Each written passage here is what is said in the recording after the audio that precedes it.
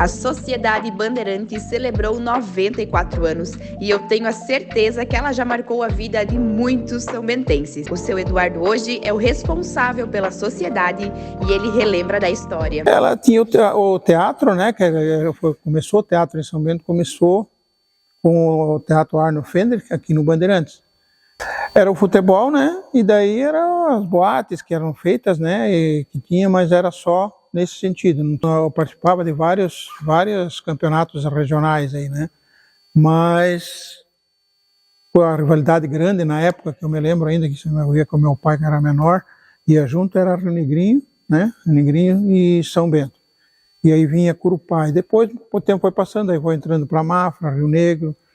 Aí aqui veio algumas, na época, antes dessa minha época, veio Curitiba jogar, o Jeque jogar aqui conosco, né? Então, mas era uma outra época que não é do meu tempo, no caso, era antes. Time Bandeirantes. Sociedade Esportiva Bandeirantes. Mas era uma época que era o Bandeirantes, então quando a gente terminou com o futebol, foi em função financeiramente mesmo. E daí começou a ter atletas semiprofissionais, aí traziam de jogadores de fora, e isso foi endividando a sociedade também. Muita coisa tinha ali que estava endividada em função do futebol. Então, por isso a gente achou na época que não valia a pena, que teria que manter a sociedade para não perder o patrimônio, né? E vai acabar. Aí quando a Fiação São Bento resolveu, o seu Arço Mal, botar o dedo, aí começou como é que a gente diz, começou a melhorar um pouquinho. Realmente é os aluguéis. E se eu não tivesse os aluguéis, eu acho que já tinha fechado a sociedade, porque você vê os nossos sócios devem dar 100 sócios a R$40 por mês. Não podemos nem aumentar, né? Porque se a gente tivesse alguma atividade para os sócios, mas infelizmente só temos a sede para fazer um aniversário, um casamento, uma coisa assim. E aí a gente aluga.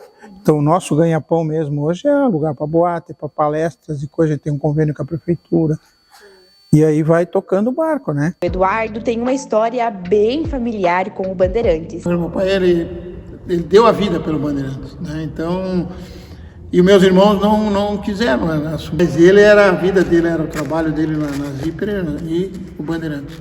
E eu acabei, num dia de empolgação, eu disse que um dia eu ia assumir o Bandeirantes. Tenho certeza que lá em cima o velho está dizendo, não, meu filho está tocando e está tentando deixar o Bandeirantes em pé. E o Bandeirantes não para por aqui. O Eduardo comenta quais são os planos para o futuro da sociedade. Pois olha, nós primeiro a gente está querendo deixar a sociedade assim agora vamos dizer, toda ela legalizadinha com bombeiro, com a polícia, com a prefeitura, esses documentos, esses postos e coisa, está tudo em ordem, né? Então é mais arrumar a sociedade em função de que ela já está antiga, vender uma parte do terreno, aqui essa parte de trás do barranco, for para fazer dinheiro.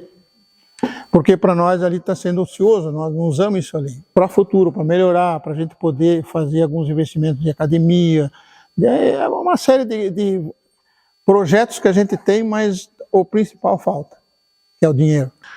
A nossa esperança é que isso dê certo para a gente poder aí investir alguma coisa aqui na sociedade, mas também fora, que nós temos espaço, né? Para hoje, os aluguéis, o único espaço que a gente não pretende mexer é aqui na frente, que é o estacionamento, que é a nossa segurança hoje das locações, é o estacionamento. Mas aí já tem plano lá para trás. Mas isso é tudo um plano, né? Uma perspectiva para frente, né?